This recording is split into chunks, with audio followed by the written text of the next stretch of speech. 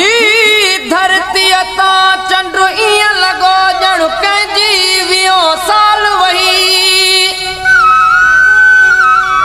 थी चंड ता धरती इं लगी जण सूअं समूरी हुई दूरी केॾी सूअं लाथी कूड़ खे केॾो रूप ॾे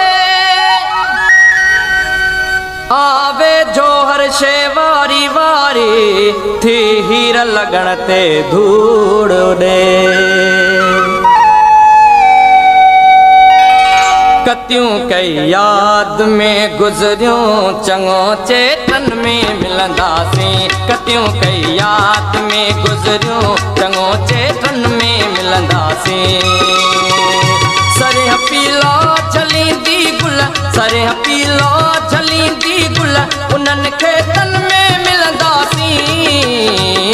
कतियूं कई याद में गुज़रियूं चङो चेतन में मिलंदासीं चङो चेतन में मिलंदासीं सरिह पीलो झलींदी गुल सरिह पीलो झलींदी गुल उन्हनि खेतन में मिलंदासीं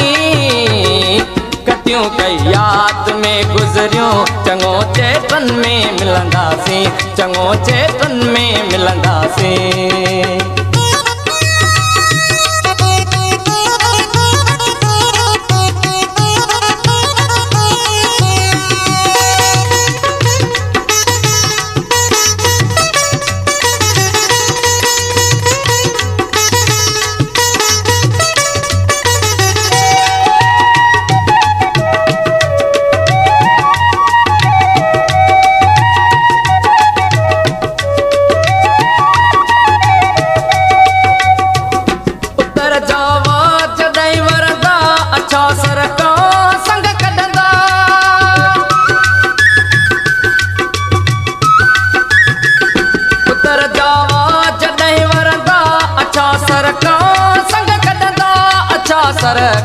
संग कढंदा इंदियूं जूं जिते कुण के उन्हनि के दिन में मिलंदासीं जूं जिते कुण के उन्हनि के दिन में मिलंदासीं सरिह पीला झलींदी गुल सरिह पीला झलींदी गुल उन्हनि खेतन में मिलंदासीं कतियूं कई याद में गुज़रियूं चङो चेतन में मिलंदासीं चङो चेतन में मिलंदासीं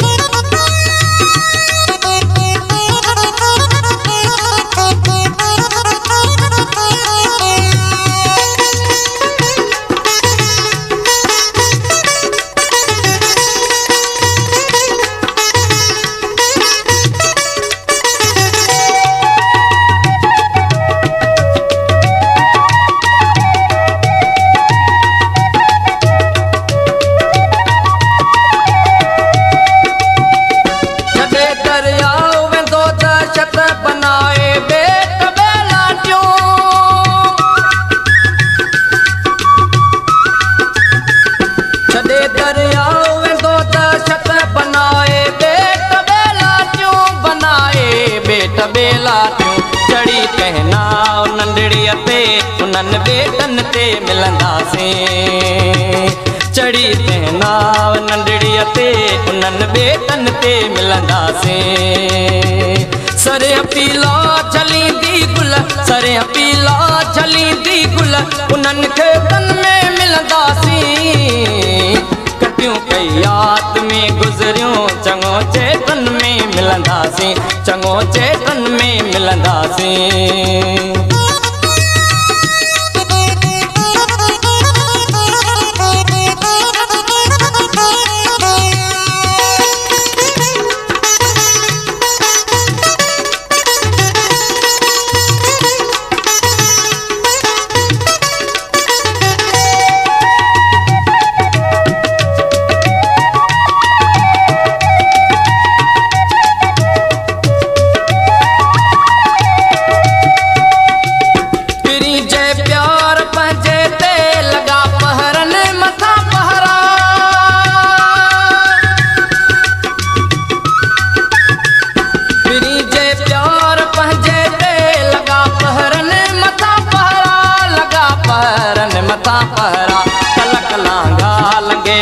मुंशी पया खेतन में खिलंदासीं